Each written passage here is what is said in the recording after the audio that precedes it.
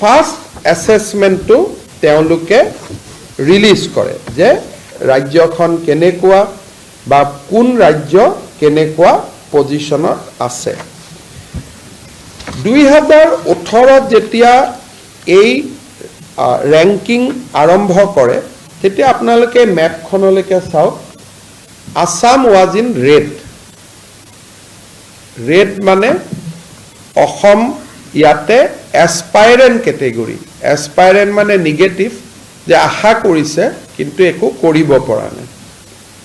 so Assam was in negative in 2018 তাৰ পিছত 2019 index তুলাই অসমে এসপাইৰেন্টৰ পৰা আমি পাৰফৰ্মাৰ হম and the Assam maps become yellow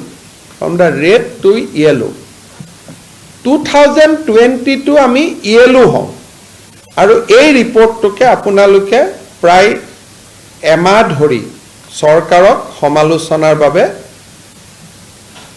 প্ৰচাৰ কৰিছিল ব্যৱহাৰ কৰিছিল যে এনেকুৱা হল তেনেকুৱা হল তেতিয়া মই কৈছিলো যে নহয় সোণোৱাল চৰকাৰৰ দিনতো আমি ডেভেলপ কৰিছো ফ্ৰম দা ৰেড আমি হালধীয়া হৈছো এতিয়া যোৱা কালি যি এছডিজি ইনডেক্স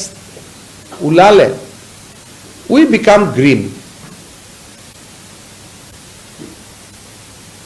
তাৰমানে now we become the front runner state so Assam journey started with aspirant category state হিচাপে আমি আমাৰ জাৰ্নি আৰম্ভ কৰিছিলো আমি পাৰফৰ্মাৰ হলো আৰু বিশেষকৈ কোভিডৰ সময়ত এই এছেছমেন্ট বিলাক কৰা হোৱা নাছিল আমাৰ চৰকাৰৰ 2 বছৰৰ কাৰ্যকালত আমি অসমক পাৰফৰ্মাৰৰ পৰা we took Assam to front ranking state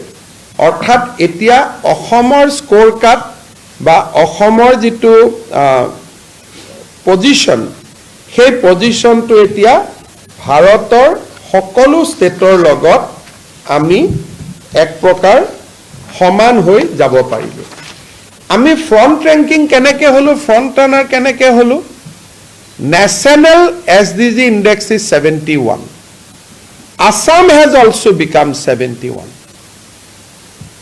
Tamane sustainable development goal of